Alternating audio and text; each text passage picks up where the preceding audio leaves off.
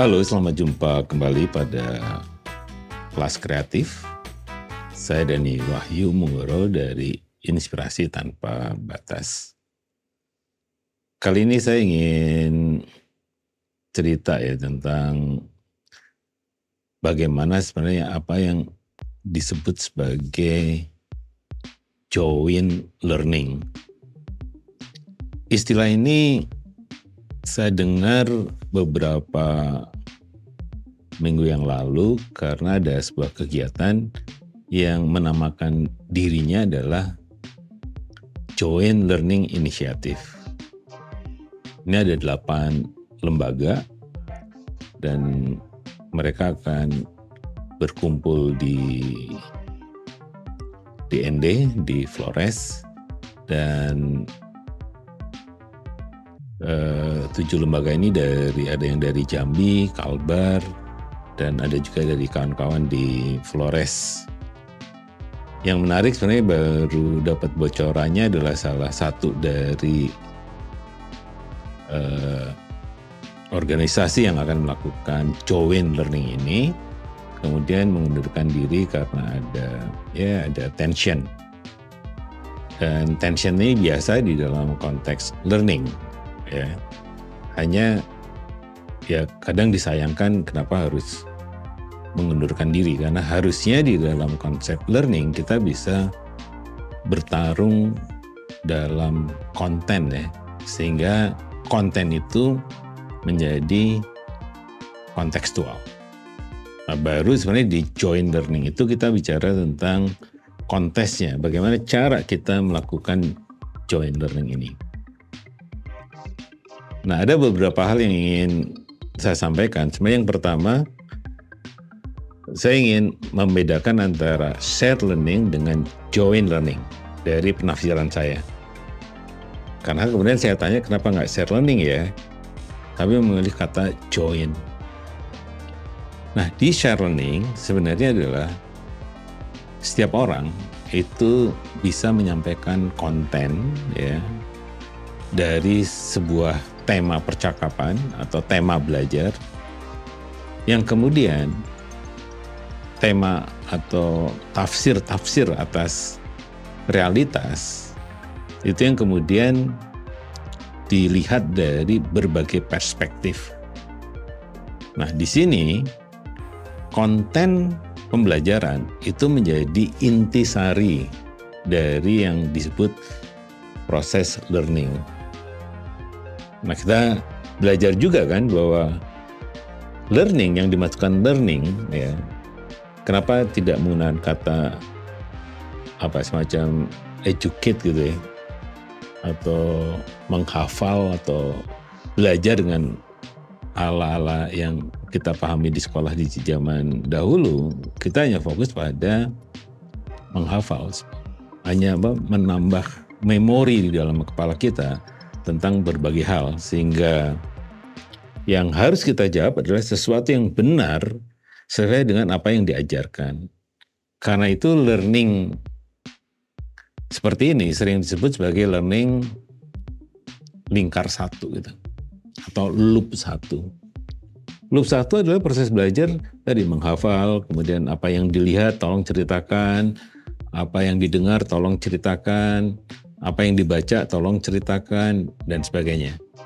Jadi kalau kita bisa menjelaskan dengan benar apa yang kita lihat, apa yang kita dengar, apa yang kita rasakan, kemudian apa yang kita baca, apa yang kita pikirkan dari proses membaca ini, kemudian dijelaskan kepada sebuah komunitas belajar, maka sebenarnya adalah proses seperti ini baru masuk ke loop 1. Karena itu waktu share learning sebenarnya kita bisa mulai dari yang disebut objektif.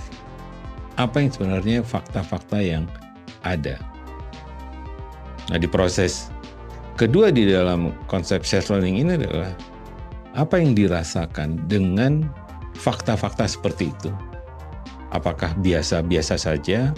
Apakah Anda terkejut? Apakah Anda gembira dengan fakta itu? Apa Anda sedih, ya, frustrasi dengan fakta itu. Nah, koneksi antara fakta dan rasa, ya, yang disebut dengan reflections, maka itu menjadi penting di dalam konsep learning. Nah, di loop yang kedua, kita memberikan makna pada peristiwa dan rasa itu. Apa maknanya? Nah, kalau kita belajar pada tahapan makna, maka yang akan kita lihat di dalam proses makna ini, itu adalah bagaimana dot-dot, ya, informasi yang begitu banyak, fakta-fakta yang begitu banyak, kemudian dikoneksikan, diblend dengan rasa, perasaan-perasaan yang kita alami. Maka kemudian kita memiliki makna sesuatu pada peristiwa yang kita lihat, peristiwa yang kita dengar. Jadi kita melihat sesuatu yang tidak ada di dalam fakta-fakta itu. Maka ini ada fakta, kemudian ada fiksinya. Nah, fiksinya itu kita bisa lihat. Nah, fakta dan fiksi inilah yang kemudian kita menangkap menjadi sebuah makna. Nah, ketika kita memiliki makna, maka kemudian kita bisa melakukan decision, memutuskan sesuatu yang sesuai dengan tadi pertarungan antara atau kawin-mawin antara fakta dan fiksi tadi. Nah, yang disebut fiksi ini bukan cerita fiksi, maksudnya bahwa itu ada di pikiran gitu. Itu hasil dari kerangka berpikir. Tapi sebenarnya kalau kita dilihat di sana ya tidak ada. Ya contohnya, waktu kita belajar tentang pangan lokal, kita melihat ada 10-15 jenis makan lokal. Kemudian kita jelaskan nama-namanya. Itu lingkar satu gitu. Rasanya tahu, ini enak, ini tidak enak gitu. Tetapi kemudian di dalam konteks maknawinya adalah, kemudian kita di kepala tiba-tiba membaca bahwa pangan lokal ini itu yang menjadi khas bagi petani perempuan, yaitu yang disebut dengan food crop, tanaman yang untuk dimakan itu.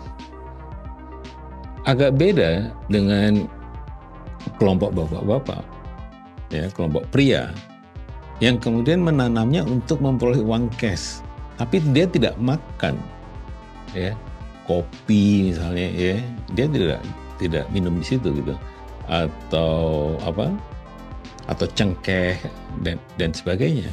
Tapi itu adalah jenis-jenis tanaman yang sifatnya cash crop, untuk memperoleh uang, untuk dijual ke luar kampung. Nah, di sini ketika kita membedakan ada cash crop dan food crop, maka di sini sudah masuk ke learning yang kedua, karena sebenarnya kita tidak bisa lihat apa itu cash, apakah itu food, karena yang food juga bisa jadi cash, yang cash itu juga bisa food gitu. Nah, yang menarik sebenarnya adalah itu adalah di lingkar yang ketiga di dalam share learning, yaitu kita jauh, ya, bukan sekedar memberikan makna, tetapi mengubah mindset kita pada sesuatu, mengubah visi kita pada sesuatu, mengubah nilai-nilai kita pada sesuatu. Itulah yang disebut lingkar yang ketiga, yaitu bagaimana kita memberikan bukan sekedar menganalisis, tetapi itu mengubah perilaku saya karena saya kemudian yakin pada sesuatu.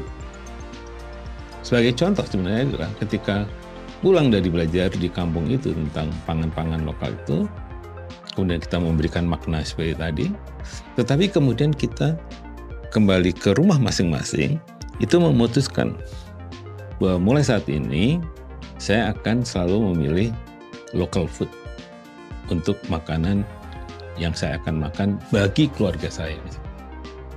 Jadi di sini kita mulai bertransformasi sebenarnya, ya, dari proses hanya tahu, kemudian memberikan tanggapan pada ketahuan kita pada hal-hal informasi dan pengetahuan baru. Kemudian yang ketiga sebenarnya kemudian itu mengubah saya. Maka di konsep learning, konsep utamanya adalah change, perubahan. Kalau dari proses learning itu kita tidak berubah, sebenarnya ya kita tidak sebut sebagai learning. Ya. Kadang saya terganggu dengan kawan lama saya yang selalu menyebutkan bahwa kalian gitu, itu nyebut ke bangsa Indonesia gitu ya, incapacity to learn. Jadi kapasitas kita untuk belajar itu memang terganggu ya, karena kemudian kita pandai menghafal tapi tidak sampai kepada change tadi, perubahan.